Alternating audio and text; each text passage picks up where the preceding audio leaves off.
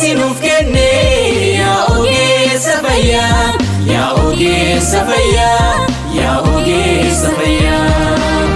Harka fuunee akkam jirtan kabajamtoota daawwattoota keenya jaalatamoo nageenya keenya kan kabajaa fi ulfinaa bakkuma jirtan maratti isin dhaqqabu jecha daawwannaa keenya kanarraatiin gara godina Harargee Bahaa aanaa Gooroo Guutuu buufata magaalaa Baroodaa isin daawwachiifnaati. Hamma xumura sagantaa keenyaatti nu waliin daawwadhaa kan isiniin jedhu anis Muhammad Ahmadi. Gamanumaan akka nu daawwattan kabajaadhaan isin affeerra. Abukaatoo lubbuu yaa ogeessa fayyaa lubbuu baatolchuuf kan taate waardiyaa Rabbiin sinuuf kenne yaa ogeessa fayyaa yaa ogeessa fayyaa yaa ogeessa fayyaa.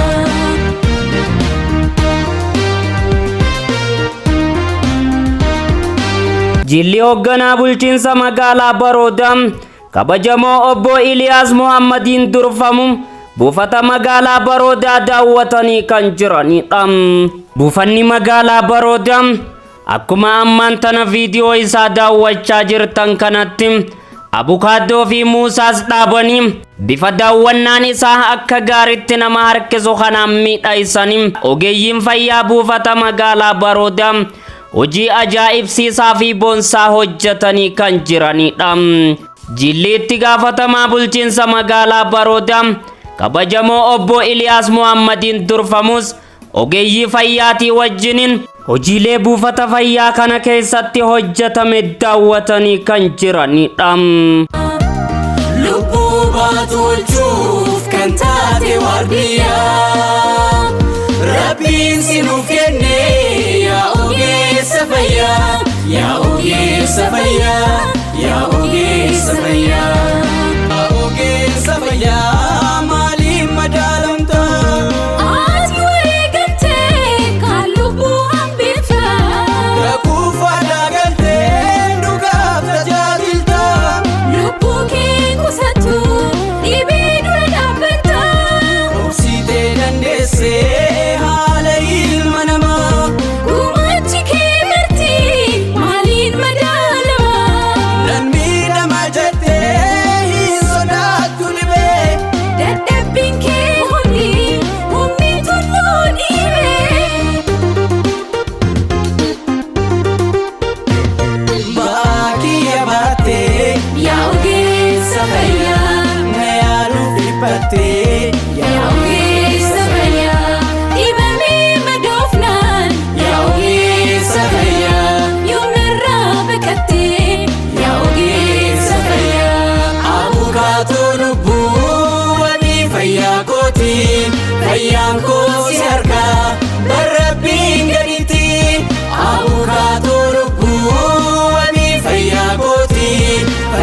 Dubartoonni buufata fayyaa magaalaa Baroodaa kana keessatti akkaataa buufanni fayyaa magaalaa Baroodaa tajaajila fayyaa si'ataa isaaniif kennaa jiru irratti yaada isaanii nuuf laatanii kan jiranidha.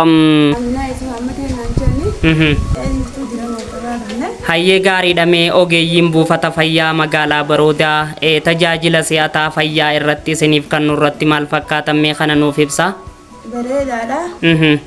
Akka namichi yoo ta'e tokko immoo qabxee finne ulaalaa jira. Dhalumaan rakkatina nu jechaan ulaalaa amma nu ulaalaa jirani. Hayyee haala gaariidhaan isin keessummeessanii tajaajila isinii kennu irratti maal fakkaatanii? Waa hunda afataan nu godhanii waa hunda nu lallaalu jirani. Isinii ulaalachaa jiran. Abbaa adeemsa gurmaa'insaa fi deddeebi'anii yaaluu kan ta'an kabajamoo obbo Bishirii Ahmadiin akkaataa buufanni fayyaa magaalaa Baroodaa hawaasa keenyaaf tajaajila wallaansaa kennaa jiru irratti yaada bal'aa nuuf laatanii kan jiranidha.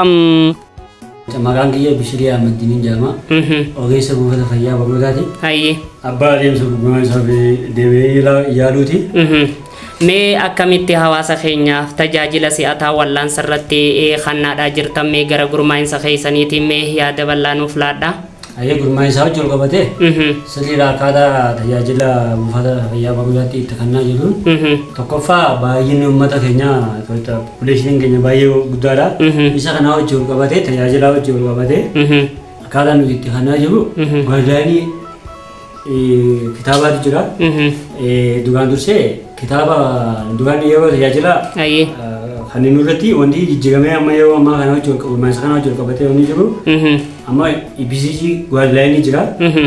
Kan Finfinnee jirus bakka fedhe jiru hospitaala fedhe keessa namni jiru ogeessi tajaajila namtichi dhukkubsataan xiqqoo ambassaa jiru kan buufata fayyaa Barodaa jiru akka walqixa tajaajila argatu mootummaan isa kana wajjin wal qabatee gaazexaanii kitaaba qopheessee jira.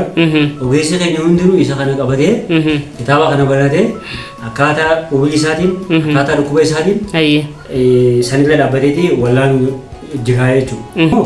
Wanni jijjiirame kitaaba kana jala deemta dhukkubsataan dheengadde dhukkuba gosa tokkootiin dhufee dawaa tokko fudhate akkaataa kitaabni maal siin jaa sadarkaa buufata fayyaatti dawaa kanaan kana fudhatee yoo treatmentii yookaan manaajimentii yoo hin arganne karaa hospitaalaa rifa godhisi jaa si ajajaa jechuudha. Kitaaba kana hin qajeelfama isaa hin dabarsitu isa kanatti iddoo faarmaasii irratti ogeessa keenya yeroonii fi qoricha kennuuf gorsa kennaaf.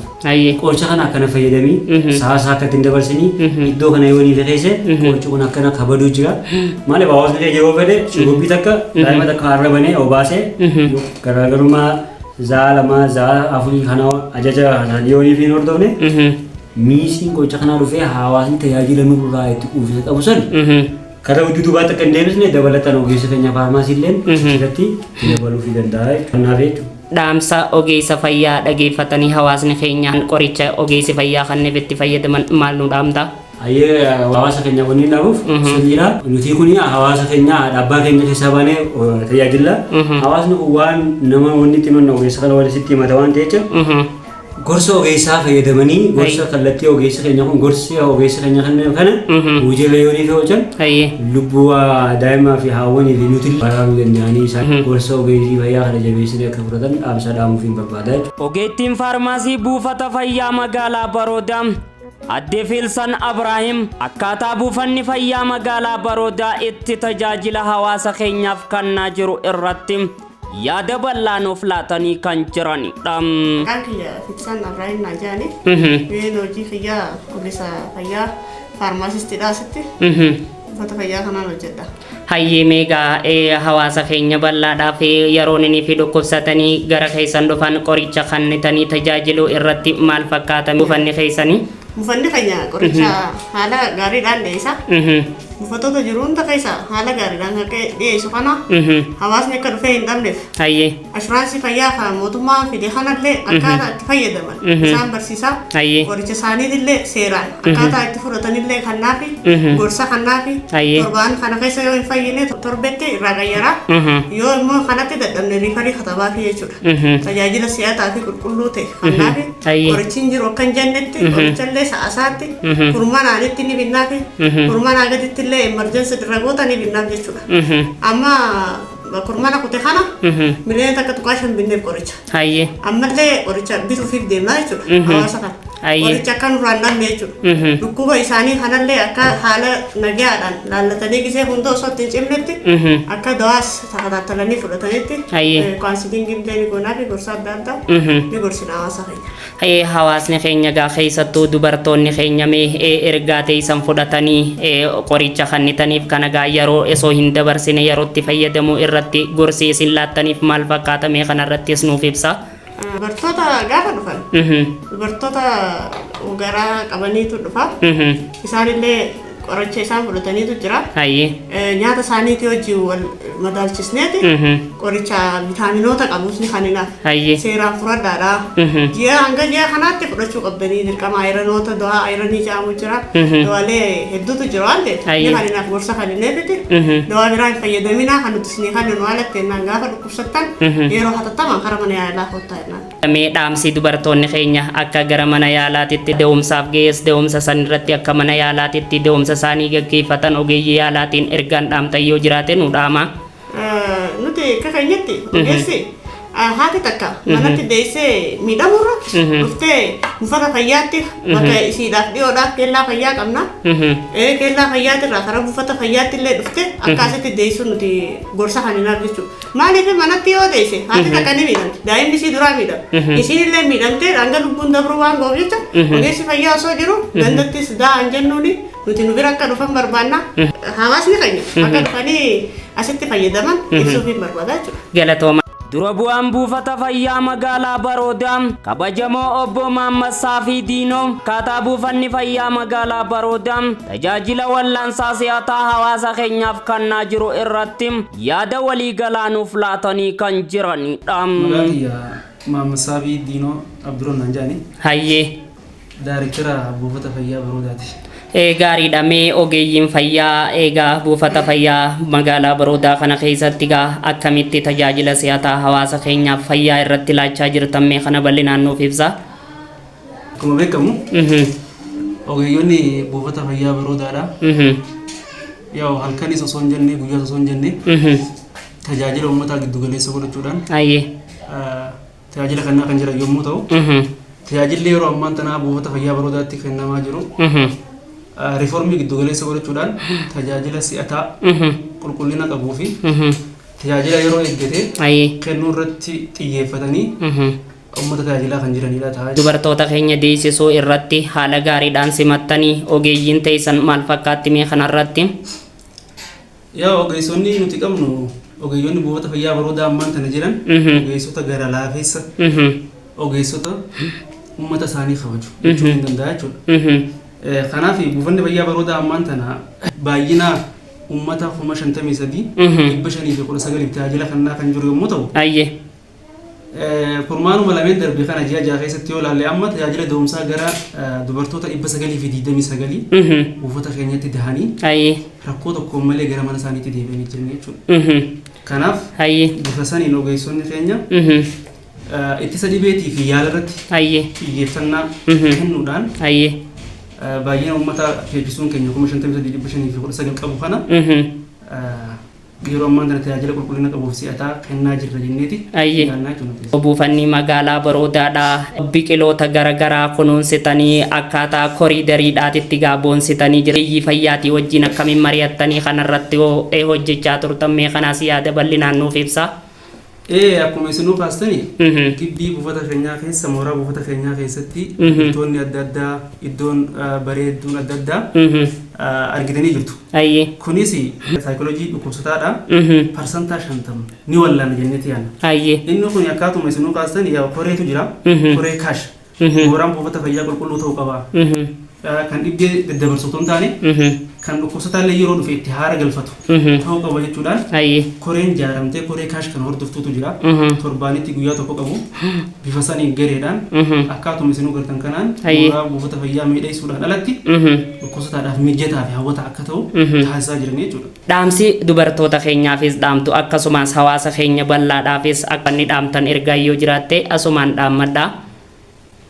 Akka ergaatti kan hin qabu akka qacamantii buufata kanaatti buufanni kun gandoota 6 baay'ina uummataa 53,519 akkuma jalqaba kaasee tajaajilaa kan jiru yommuu ta'u isaan kunis tajaajila si'ataa qaqqabamaa fi qulqulluu ta'e kennuudhaaf riformii giddu galeessa godhatee buufanni keenya kan halkanii guyyaa itti deemaa jiru yommuu ta'u gama hawaasaatiinis yaa waan kan hin jedhu fayyaani hawaasumarraa eegaleeti ogeessa qofaa miti kan eegu uummanni illeen hubannoo isaanii irratti hojjechaa jirra jechuudha. Hubannoo uummataa cimsuu irratti uummanni ofii isaanii fayyaa ofii isaanii akka eeggatan san irratti hojjechaa jirra waan ta'eef kanaan isaanis akka nu cinaa dhaabbatan buufata kana wantoota addaa guddisuu amma fakkeenyaaf iddoo turtii hawwanii ijaaruudhaaf karoora qabna achirratti illee hirmaannaa taasisanii fayyaa isaanii irratti hirmaannaa waa akka taasisan isaaniif dhaamuu barbaadaa jechuudha. Guddifnee isin galateeffannaa galatoomaa ulfaadhaa. Isinilleen baay'ee galatoomaa waan dhuftanii nu dubbistaniif. Egaa kabajamtoota daawwattoota keenya jaalatamoo turtiin buufata fayyaa magaalaa Baroodaatti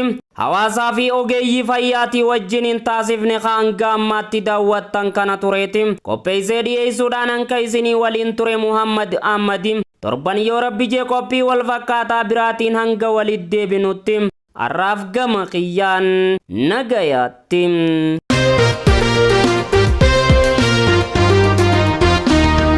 Abukaatu lubbuu baatolchuuf kan taate waardiyaa Rabbiin sinuuf kenne yaa ogeessa fayyaa yaa ogeessa fayyaa yaa ogeessa fayyaa Abukaatoo lubbuu yaa ogeessa fayyaa Lubbuu baatolchuuf kan taate waardiyaa Rabbiin sinuuf kenne yaa ogeessa fayyaa yaa ogeessa fayyaa yaa ogeessa fayyaa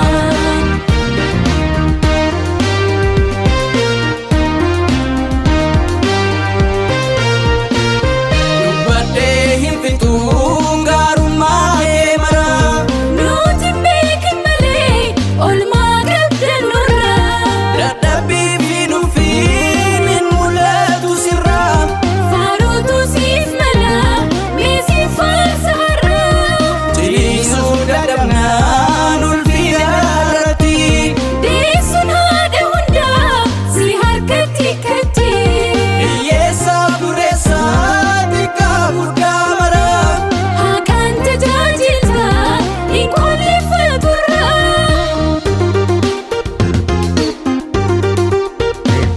Waraana gidduu lixxee yaa ogeessa fayyaa kan kuufe ol qabdaa yaa ogeessa fayyaa Lubbuun hin dhiphattu yaa ogeessa fayyaa har'a ragaa qabda yaa ogeessa fayyaa Abukaatoo lubbuu wani fayyaa kooti fayyaan koo